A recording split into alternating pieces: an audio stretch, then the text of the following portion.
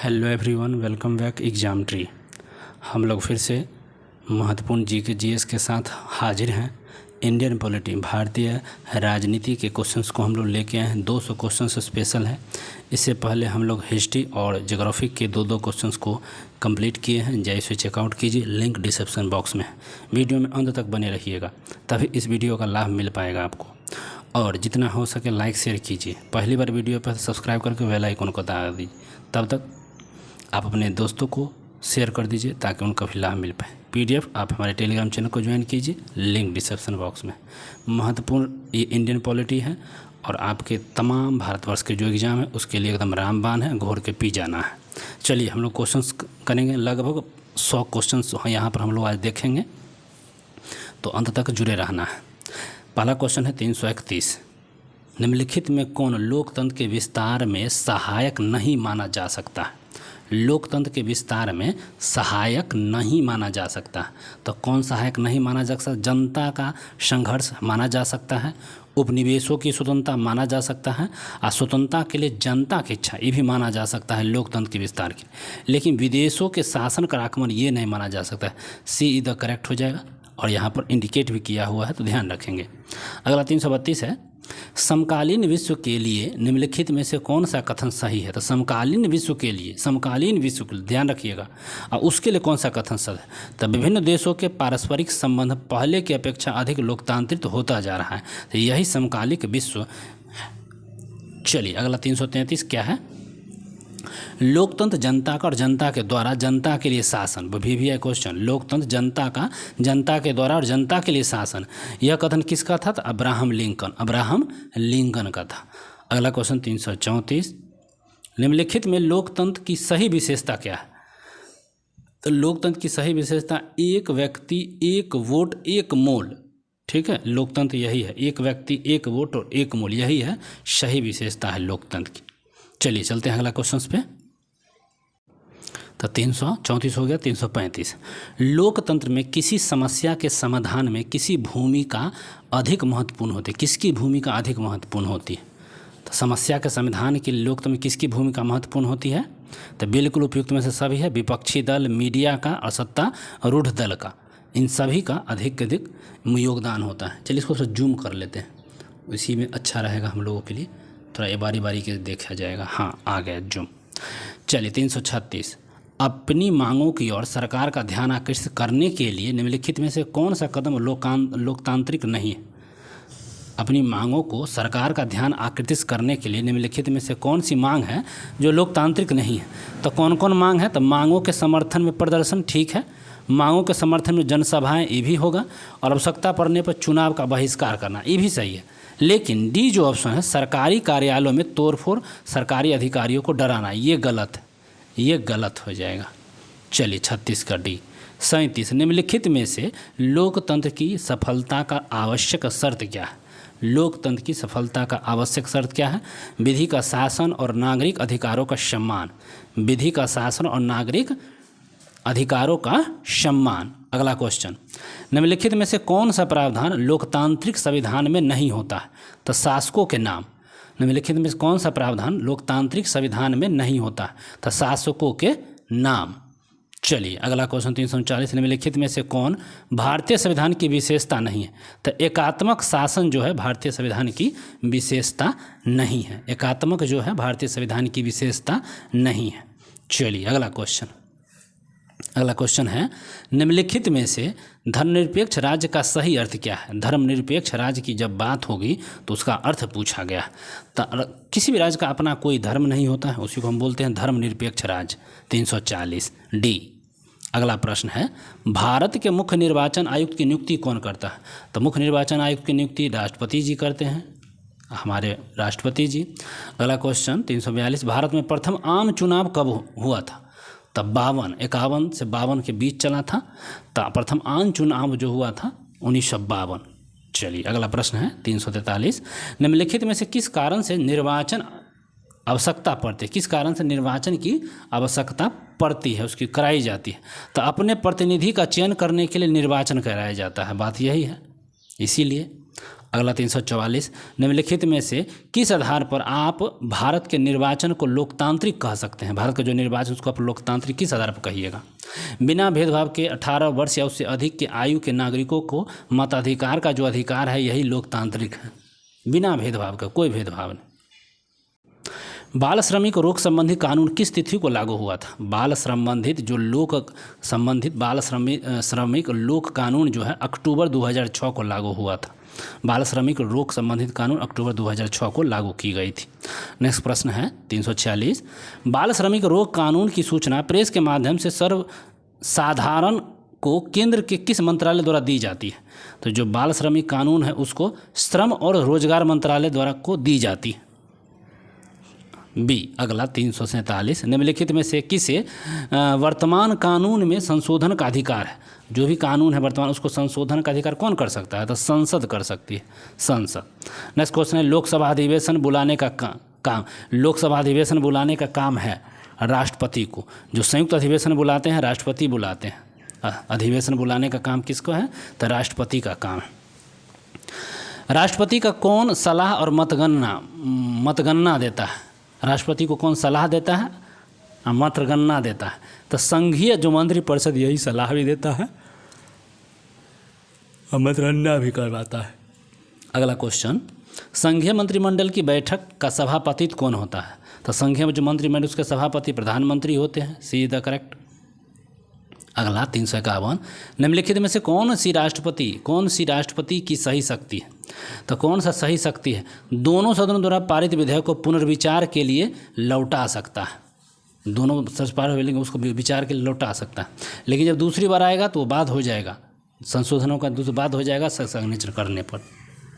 चलिए, निम्नलिखित में से सर्वोच्च न्यायालय का सही कार्य क्या है? तो सर्वोच्च न्यायालय का सही जो कार्य है संविधान की भावना के विरुद्ध बने कानून को अमान्य घोषित करना। अगला, राष्ट्रपति कानून मामले में किससे सिफारिश ले सकता है? राष्ट्रपति जो है कानून के मामले में किससे सिफारिश ले सकता है? तो सर्वोच्च न्यायालय से सिफारिश ले सकता है। अगला 354, सर्वोच्च न्यायालय किस संस्था का परीक्षण कर सकता है? तो सर्वोच्च न्यायालय अधीनस्थ न्यायालय का परीक्षण कर सकता है। अधीनस्थ न्यायालय सर्वोच्च न्यायालय अधीनस्थ न्यायालय का परीक्षण कर सकता है। नेक्स्ट क्वेश्चन, विधानमंडल का सदस्य बने रहे बिना कोई व्यक्ति कितने दिनों तक अपने पद पर रह सकता है? तो विधानमंडल का सदस्यों ने लेकिन फिर भी पद पर रह सकते हैं 6 महीना तक। चलिए, 355 हो गया था, 356 से आते हैं। निम्नलिखित में से नागरिकों की स्वतंत्रता संबंधित सही अधिकार कौन सा है? निम्नलिखितों में से नागरिकों की स्वतंत्रता संबंधित सही अधिकार कौन सा है? भाषण और विचार व्यक्त करने की स्वतंत्रता जो है यही सही अधिकार है। नागरिकों की स्वतंत्रता संबंधी अधिकार, भाषण और विचार व्यक्त करने की स्वतंत्रता, 356 के सी। चलिए, अगला 357, नागरिकों को 6 प्रकार की स्वतंत्रता प्रदान की गई है। निम्नलिखित में से कौन सी स्वतंत्रता उनमें सम्मिलित नहीं है? भाषण अभिव्यक्ति की स्वतंत्रता ये है, कोई वृत्ति, व्यापार, आजीविका और कारोबार करने की स्वतंत्रता ये भी है, और अपनी सुरक्षा के लिए हथियार रखने की स्वतंत्रता ये गलत है, बिल्कुल ये गलत है सी।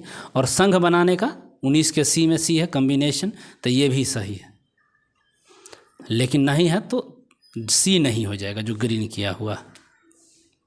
चलिए, 58, कौन सा अधिकार भारतीय नागरिकों को प्राप्त है? तो कौन सा अधिकार है भारतीय नागरिकों को प्राप्त है? तो अपनी संस्कृति की रक्षा का अधिकार जो है ना भारतीय नागरिकों को प्राप्त है, अपनी संस्कृति की रक्षा। 59, कौन सी स्वतंत्रता भारतीय नागरिकों को नहीं है? तो सशस्त्र विद्रोह में भाग लेने की स्वतंत्रता जो है ना भारतीय नागरिकों को नहीं है, सशस्त्र विद्रोह। अगला, नेपाल में संसद की बहाली हुई थी किस वर्ष? नेपाल 2006 में संसद की बहाली हुई थी, 2006 संसद में नेपाल की बहाली। लोकतंत्र में शासन का संचालन कौन करता है? तो लोकतंत्र में शासन का संचालन जनता का निर्वाचित प्रतिनिधि करता है।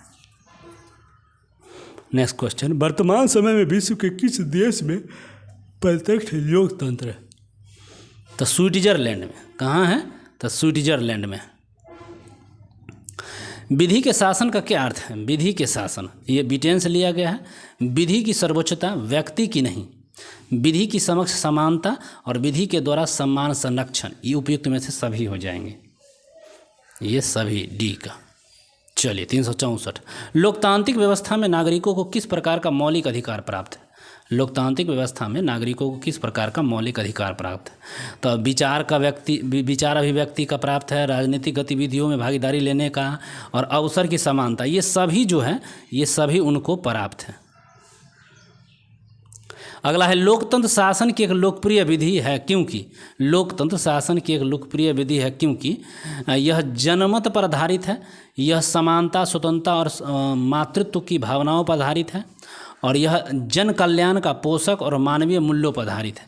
तो उपयुक्त में से सभी आधारित हो जाएगा, ये सब हो जाएंगे। चलिए 366 संविधान क्या है? संविधान क्या है? तो किसी देश की सरकार की बनावट, संगठन और ढांचे का स्वरूप एक संविधान होता है। संविधान सरकार संचालन की योजना और अवसर के स्वरूप की अभिव्यक्त करती है। संविधान लिखित और लिखित नियम, सिद्धांत, नीति और कार्यक्रमों का भी संग्रह होता है।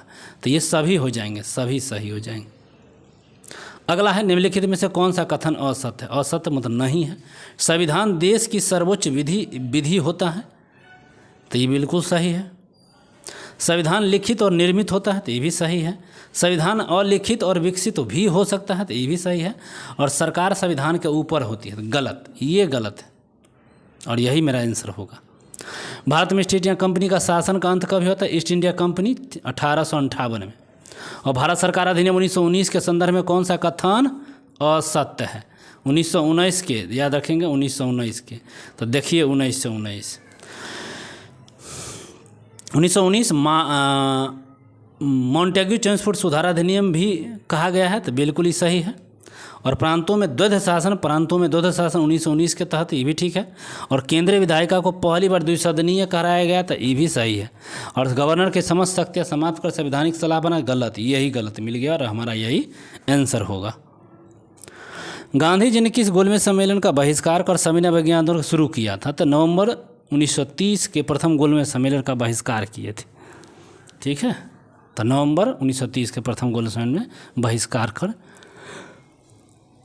चलिए 1976 के 42वें संविधान संशोधन द्वारा भारतीय संविधान की प्रस्तावना में नए 3 शब्द जोड़े गए। ध्यान रखना है कौन शब्द? तो 3 शब्द जोड़ा गया है। और वो तीनों शब्द कौन कौन से हैं? तो धर्मनिरपेक्ष,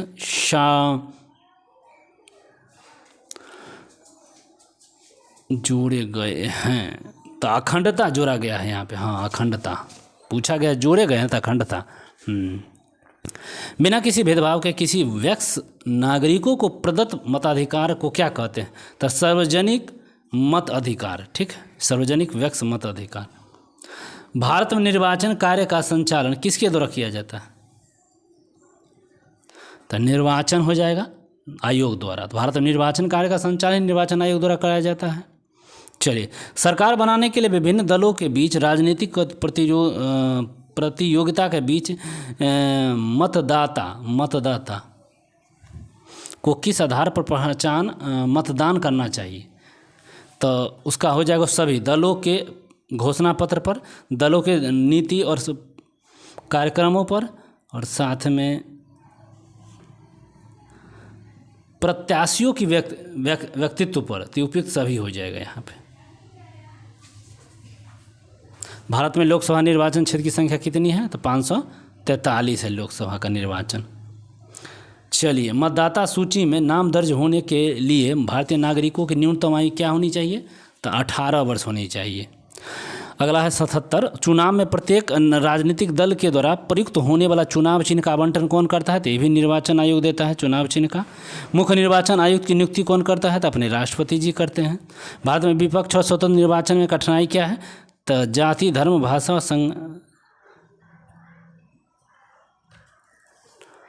जाति, धर्म, भाषा इन्हें होगा। तो यहाँ उपयुक्त सभी, धन बल का प्रयोग, बूथ छापामारी, जाति, धर्म, भाषा और सांप्रदायिकता, ये सब हो जाता है।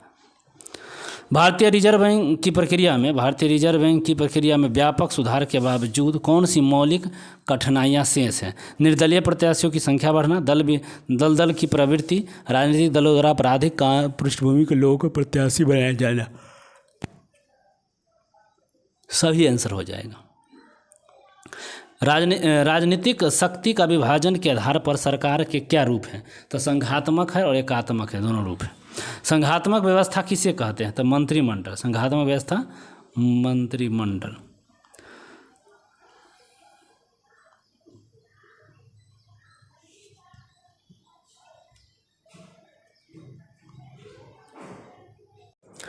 383 सरकार ने कब से 14 वर्ष से कम के बच्चों को घरेलू नौकर रखने या काम करने पर लगाए जाने को दंडनीय अपराध घोषित किया है? तो यह कब से घोषित किया है? तो अक्टूबर 2006 से। अक्टूबर 2006 से। अगला क्वेश्चन 384 है, भारत कैसा राज्य है? भारत कैसा राज्य है? तो कल्याणकारी राज्य है भारत। अगला क्वेश्चन है, भारतीय संघ का वास्तविक कार्यपालिका शक्ति किस में निहित है? तो प्रधानमंत्री सहित मंत्रिमंडल में यह निहित है। अगला क्वेश्चन, संसदीय व्यवस्था की सबसे क्या विशेषता है? तो संसदीय जो व्यवस्था उसकी विशेषता क्या है? तो विधायिका और कार्यपालिका के बीच शक्ति का पृथक्करण है ना, यही सबसे बड़ी विधायिका है। 87 लोकसभा स्पीकर का चयन कौन करता है? तो लोकसभा स्पीकर का चयन लोकसभा के सदस्यों के द्वारा ही किया जाता है। अगला क्वेश्चन, धन विधेयक को राज्यसभा में कितने दिनों तक रोक सकता है? तो धन विधेयक को राज्यसभा 14 दिनों तक रोक सकता है, उससे ज़्यादा नहीं। 14 दिन के बाद फिर स्वतः पारित। अगला क्वेश्चन 89 है, संविधान संशोधन विधेयक के पारित होने का क्या अर्थ है? क्या शर्त है? संविधान संशोधन के पारित होने का क्या शर्त है? तो लोकसभा और राज्यसभा दोनों में 2/3 बहुमत से पारित हो जाएगा। तो संविधान संशोधन 2/3 बहुमत से दोनों से पास होना चाहिए। 390 इनमें कौन राष्ट्रपति के निर्वाचन मंडल के सदस्य नहीं होते? राष्ट्रपति में निर्वाचन मंडल के लोकसभा के निर्वाचित सदस्य, राज्यसभा के निर्वाचित सदस्य, राज्य और विधानसभा के निर्वाचित सदस्य और विधान परिषद वाला ये गलत है और यही आंसर हमारा करेक्ट होगा। चलिए अगला क्वेश्चन 391, राष्ट्रपति पर महाभियोग चलाने के प्रस्ताव को संसद में रखे जाने के कितने दिनों पूर्व राष्ट्रपति को सूचना देना होता है? तो 14 दिन पूर्व भी उनको सूचना दे देनी होती है। अगला क्वेश्चन, राष्ट्रपति संकट काल की घोषणा कब कर सकता है? तो मंत्रिपरिषद की सलाह पर, परामर्श पर राष्ट्रपति संकट काल की घोषणा कर सकता है। अगला क्वेश्चन 93, मंत्रिपरिषद की बैठक की अध्यक्षता कौन करता है? तो प्रधानमंत्री। मंत्रिपरिषद की बैठक की अध्यक्षता प्रधानमंत्री करते हैं। मंत्रिपरिषद किसके प्रति सामूहिक रूप से उत्तरदायी थे? तो लोकसभा के प्रति। मंत्रिपरिषद सामूहिक रूप से लोकसभा के प्रति उत्तरदायी थे। अगला क्वेश्चन, अध्यादेश जारी करने की शक्ति किसे है? तो यह राष्ट्रपति को है। अध्यादेश जारी करने की शक्ति राष्ट्रपति को है। नेक्स्ट क्वेश्चन है, देश की सेना के सर्वोच्च कमांडर की हैसियत से युद्ध की घोषणा करने और युद्ध को रोकने, शांति कायम करने का अधिकार किसको है? तो राष्ट्रपति को है। ये सब क्या है? तो राष्ट्रपति के पावर में। अगला क्वेश्चन 97 है, भारतीय संघात्मक व्यवस्था में न्यायपालिका कैसी व्यवस्था है? तो एक हरी व्यवस्था है, न्यायपालिका सिंगल वे में। नेक्स्ट क्वेश्चन, भारत की संघीय व्यवस्था में न्याय के शीर्ष पर कौन न्यायालय है? तो सर्वोच्च न्यायालय है। न्याय के शीर्ष पर सर्वोच्च न्यायालय। सर्वोच्च न्यायालय के न्यायाधीश किस उम्र तक अपने पद पर बने रह सकते हैं? तो 65 वर्ष के साल पर वो बने रह सकते हैं। चलिए अब अगला देखते हैं, रहने देते हैं, कल हम लोग 400 से देखेंगे। वीडियो अगर अच्छा लगा है तो लाइक शेयर सब्सक्राइब करें। कोई सुझाव कमेंट आप कर सकते हैं। देखने के लिए बहुत बहुत धन्यवाद। Bye bye.